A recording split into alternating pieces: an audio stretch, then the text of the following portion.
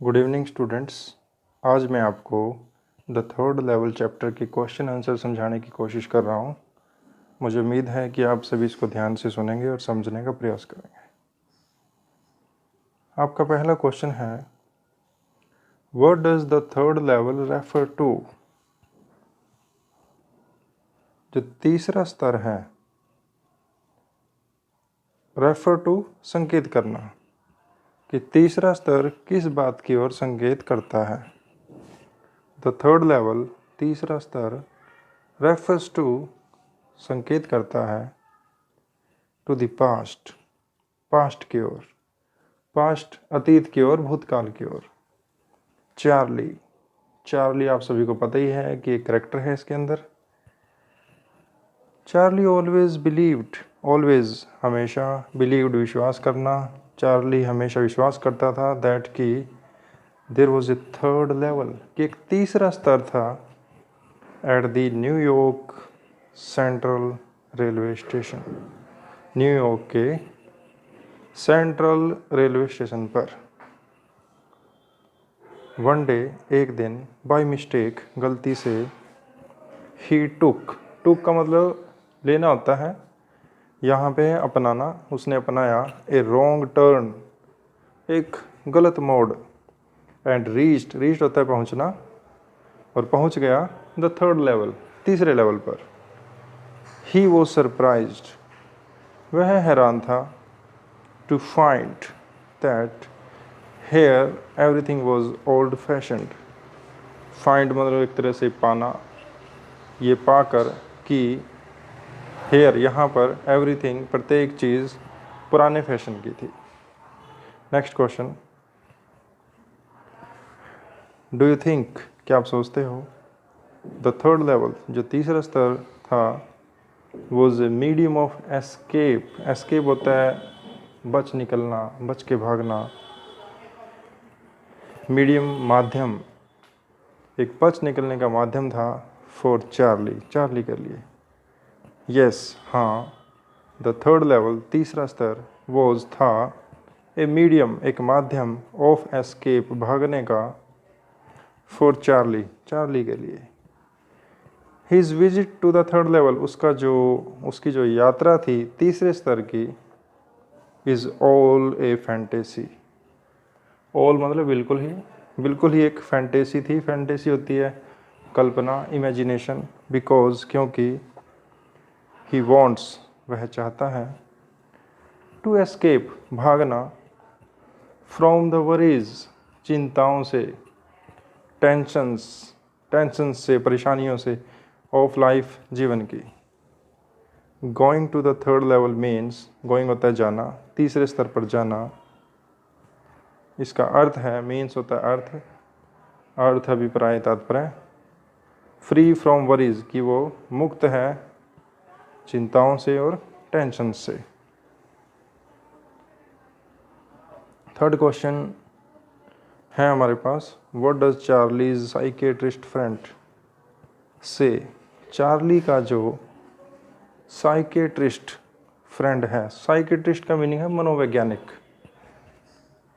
ये चार्ली का जो मनोवैज्ञानिक मित्र है वो कहता है, व्हेन ही टेल्स हिम, जब वह उसे बताता है, अबाउट द थर्ड लेवल तीसरे स्तर के बारे में, मतलब कि चार्ली अपने दोस्त को बताता है तीसरे स्तर के बारे में, तो चार्ली का जो दोस्त है वो क्या कहता है, how does Charlie's psychiatrist friend Sam, Sam है उसका नाम, चार्ली का जो साइकेट्रिस्ट फ्रेंड है सैम, रिएक्ट वो प्रतिक्रिया करता है, व्हेन ही टोल्ड हिम जब वह उसे बताता है, अबाउट द थर्ड लेवल तीसरे स्तर के बारे में, at the Grand Central station, grand Central station के तीसरे स्तर पर। हिज साइकेट्रिस्ट फ्रेंड, उसका जो साइकेट्रिस्ट फ्रेंड है, डज नॉट एग्री वो सहमत नहीं होता है, दैट कि the third level actually exists कि जो तीसरा स्तर है एक्चुअली वास्तव में, एग्जिस्ट्स का मतलब है विद्यमान होना, मौजूद होना, कि तीसरा स्तर वास्तव में मौजूद है। ही सेज दैट वह कहता है कि it is only Charlie's own imagination, यह है ओनली केवल चार्ली की ओन का मतलब स्वयं की खुद की कल्पना है। बिकॉज क्योंकि ही वॉन्ट्स वह चाहता है टू एस्केप भागना फ्रॉम द वरीज चिंताओं से एंड टेंशंस ऑफ लाइफ और जीवन की टेंशंस से। ही थिंक्स वह सोचता है Charlie has been daydreaming मतलब जागते ही आँखों से सपने लेना। तो वह सोचता है कि जो चार्ली है वो जागते ही आँखों से सपने ले रहा है, मतलब कि खुली आँखों से सपने लेना, दिन में सपने लेना। नेक्स्ट क्वेश्चन है हमारे पास, व्हाट डज चार्लीज फ्रेंड्स से। चार्ली के जो दोस्त हैं वो क्या कहते हैं अबाउट हिज स्टैम्प कलेक्टिंग, उसकी स्टैम्प कलेक्टिंग के बारे में। स्टैम्प का यहाँ मतलब है डाक टिकट, जो पोस्ट ऑफिस के अंदर टिकट लगती है उसको स्टैम्प कहते हैं। तो उसको चार्ली को एक शौक़ था स्टैम्प को कलेक्ट करने का। तो इस बारे में क्या कहते हैं उसके मित्र। चार्लीज फ्रेंड से चार्ली के जो फ्रेंड है वो कहता है दैट इट शोड, यह दिखाता है हिज डिजायर, उसकी इच्छा, टू एस्केप, भागने के लिए, फ्रॉम ए वर्ल्ड, एक ऐसे संसार से, that was full of insecurity,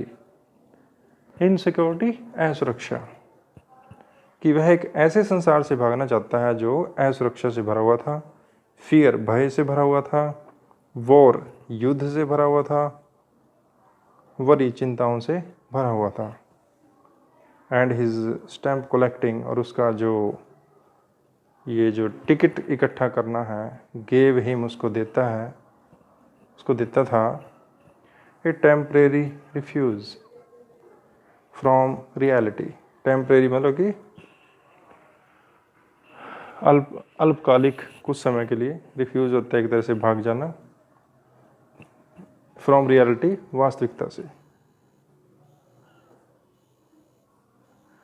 और नेक्स्ट क्वेश्चन है हमारे पास, how does Charlie defend himself that his stamp collecting was no indication of his desire to escape from reality. तो हाउ, कैसे जो चार्ली है वो डिफेंड करता है, डिफेंड होता है आत्मरक्षा, खुद की रक्षा करना, दैट हिज स्टैम्प कलेक्टिंग, की उसका जो स्टैम्प कलेक्टिंग का काम है, वॉज नो इंडिकेशन, वो कोई ये संकेत नहीं था, ऑफ हिज डिज़ायर, उसकी इच्छा का, टू एस्केप, भागने के लिए, फ्रॉम रियलिटी, वास्तविकता से। चार्ली सेज, चार्ली कहता है दैट कि हिज कलेक्शन ऑफ स्टैम्प्स, कि उसका संग्रहित करना, इकट्ठा करना स्टैम्प्स को, was started by his grandfather, started, शुरू किया गया था उसके ग्रैंडफादर के द्वारा, उसके दादाजी के द्वारा। इन दोज डेज, उन दिनों में, लाइफ वॉज क्वाइट पीसफुल, जो जीवन था वो काफ़ी शांति प्रिय था। There was no need for refuge from reality, need होती है आवश्यकता, कोई आवश्यकता नहीं थी भागने की, एस्केप भी कह सकते हो, रियलिटी, वास्तविकता से। दस, इस प्रकार हिज स्टैम्प कलेक्शन, उसकी जो स्टैम्प कलेक्शन का काम था, वॉज नो इंडिकेशन, वो कोई चिन्ह नहीं था, कोई साइन नहीं था, एनी डिज़ायर, कोई भी इच्छा उसकी, टू एस्केप फ्रॉम रियलिटी, की वो वास्तविकता से भागना चाहता था। नेक्स्ट क्वेश्चन है, what unusual things Charlie notice. Unusual, जो सामान्य न हो, असामान्य, कौन सी असामान्य चीज़ें चार्ली ने देखी ऑन द थर्ड लेवल, तीसरे स्तर पर, ग्रैंड सेंट्रल, मतलब कि ग्रैंड सेंट्रल स्टेशन पर। ऑन द थर्ड लेवल, तीसरे स्तर पर, चार्ली ने देखा दैट की there were fewer ticket windows, there were, वहाँ थी, फ्यूअर, कुछ, टिकट विंडोज़, जहाँ पे टिकट मिलती है। The rooms were smaller, rooms छोटे छोटे थे। द लाइट्स वर डिम, जो लाइट सी, रोशनी थी जो थी वो मध्यम थी। देयर वर ब्रास स्पिटन्स, ब्रास एक मेटल होती है, धातु होती है, स्पिटन्स थूकदान जिसमें थूकते हैं, ऑन द फ्लोर फ्लोर के ऊपर, एट द टिकट विंडो और टिकट विंडो के ऊपर, ही फाउंड दैट उसने पाया कि only old style bills were accepted there. Old style bills मतलब कि यहाँ पे नोटों से है कि पुराने प्रकार के जो नोट्स थे यहाँ पे स्वीकार किए जाते थे। What do you infer from Sam's letter to Charlie.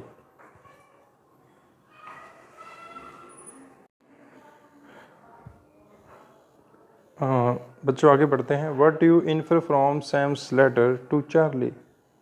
Infer का मीनिंग आप मान सकते हो अंडरस्टैंड, समझना। आप क्या समझते हो सैम्स के लेटर से चार्ली के लिए। Sam is a character in the past. Sam जो है वो एक करेक्टर है। He is not a real character. वह एक वास्तविक करेक्टर नहीं है, वास्तविक पात्र नहीं है। He is only in imagination of Charlie himself. Only केवल, वह है केवल कल्पना में चार्ली के स्वयं के। He often escapes to the past. Often प्राय, वह प्राय पास्ट की ओर भागता है। What gave Charlie the idea that the Grand Central was growing like a tree? Idea, विचार, कौन सी चीज़ ने चार्ली को ये विचार दिया कि जो ग्रैंड सेंट्रल स्टेशन था, ग्रोइंग होता है बढ़ना, वो बढ़ रहा था एक ट्री की तरह। When Charlie was heading for the subway, जब चार्ली हेडिंग एक तरह से बढ़ना, आगे की ओर बढ़ना, आगे की ओर जाना, जब चार्ली जा रहा था सबवे के लिए, he got lost in a corridor. Got lost होता है खो जाना, वह खो गया एक कॉरिडोर के अंदर। अनदर टाइम, एक और समय, he came up in an office. वह आया एक ऑफिस के अंदर, ऑफिस बिल्डिंग के अंदर, दैट वॉज 3 blocks अवे, जो 3 blocks दूर थी।